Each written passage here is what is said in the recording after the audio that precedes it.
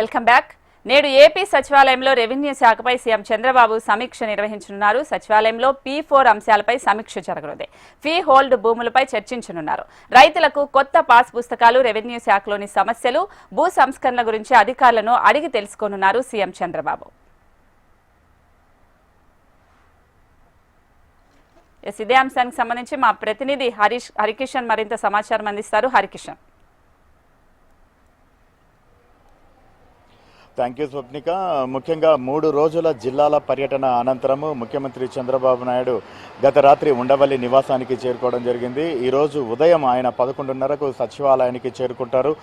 ఈరోజు 11:30కు రెవెన్యూ శాఖకు సంబంధించినటువంటి సమస్యలపైన ఆయన సమీక్షా సమావేశం నిర్వహించబోతున్నారు. ఈ కార్యక్రమానికి రెవెన్యూ శాఖ మంత్రి అనగాని ప్రసాద్తో పాటు సత్యప్రసాద్తో పాటు అలాగే ముఖ్యమైనటువంటి అధికారులందరూ కూడా హాజరు కాబోతున్నారు. ముఖ్యంగా రెవెన్యూ శాఖలో ఉన్నటువంటి సమస్యలతో పాటు అలాగే భూమికి సంబంధించి భూ హక్కుల నిర్ధారణ, అలాగే భూ పంపిణీకి సంబంధించి, అలాగే పాస్బుక్స్కి సంబంధించి కంప్లీట్గా ఈరోజు చర్చ జరిగేటటువంటి అవకాశం ఉందని చెప్పేసి కూడా తెలుస్తుంది. ముఖ్యంగా ఎందుకంటే ఏదైనా గ్రివెన్స్ నిర్వహించేటప్పుడు ప్రధానంగా ఈ గ్రివెన్స్కు ఎక్కువగా కూడా భూకు సంబంధించినటువంటి భూమి వివాదాలకు సంబంధించినటువంటి కంప్లైంట్సే ఎక్కువ వస్తున్నటువంటి నేపథ్యంలో సో వాటిని ఏ రకంగా అధికారులు పరిష్కరిస్తున్నారు, ప్రధానంగా ఏ రకమైనటువంటి అడుగులు ముందుకు పడుతున్నాయన్న దానిపైన కూడా ఈరోజు సమీక్షా సమావేశం అయితే నిర్వహించబోతున్నారు. ఇదే నేపథ్యంలో ఫ్రీ హోల్డ్స్ సంబంధించినటువంటి భూములపైన ప్రధానంగా చర్చ సాగబోతోంది.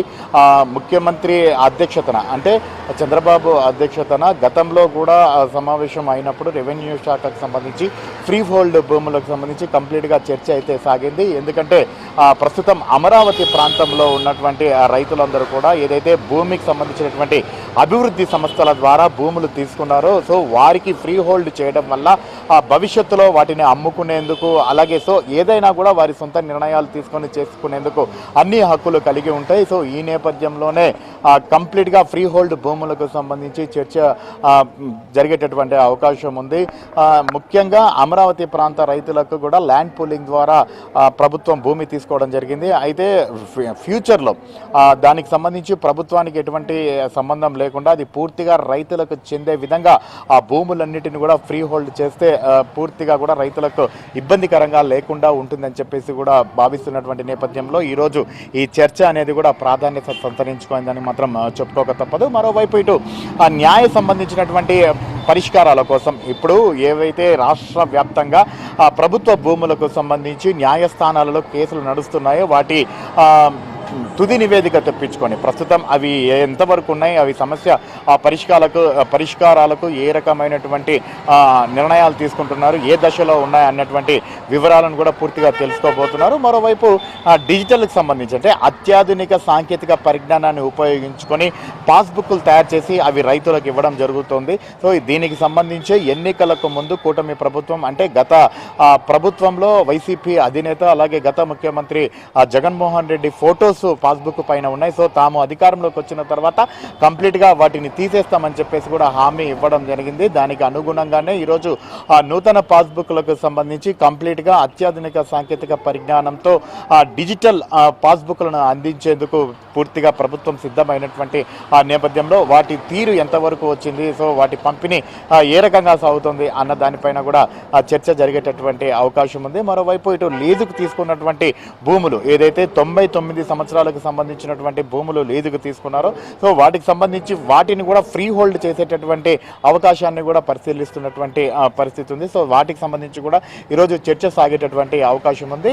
ఈ రెవెన్యూ శాఖకు సంబంధించి పూర్తిగా చర్చ అయిపోయిన తర్వాత మధ్యాహ్నం నుంచి కూడా ప్రభుత్వం అత్యంత ప్రతిష్టాత్మకంగా నిర్వహిస్తున్నటువంటి P4 ప్రోగ్రామ్ కంప్లీట్గా కూడా ఆయన రివ్యూ చేయబోతున్నారు. ఇప్పటి వరకు కూడా ఎవరైతే లబ్ధిదారులు ఉన్నారో సో బంగారు కుటుంబాలు అదే తర్వాత మార్గదర్శులు ఇప్పటి వరకు ఎంతమంది బంగారు కుటుంబాలను ఎంతమంది మార్గదర్శులు వాళ్ళని తీసుకోవడం జరిగింది. సో అవి ఏ రకంగా ప్రాసెస్ జరుగుతున్నాయి, వాళ్ళ పరిస్థితి ఏ రకంగా ఉంది అంటే బంగారు కుటుంబాలను మార్గదర్శులు దత్తత తీసుకున్నారు. సో వారికి సంబంధించినటువంటి జీవన ప్రమాణం ఏ రకంగా ఉంది, సో మరిన్ని ఏమైనా మార్పులు చేర్పులు చేయాలా, ఎటువంటి నిర్ణయాలు తీసుకోవాలా అన్న దానిపైన కూడా ఈరోజు మధ్యాహ్నం ఆయన సమీక్షా సమావేశం P4 సంబంధించినటువంటి అధికారులతో నిర్వహించేటటువంటి అవకాశం ఉంది. అనంతరం ఆయన ఉండవల్లి నివాసానికి చేరుకోనున్నారు. స్వప్నిక. రైట్ హరికృష్ణ.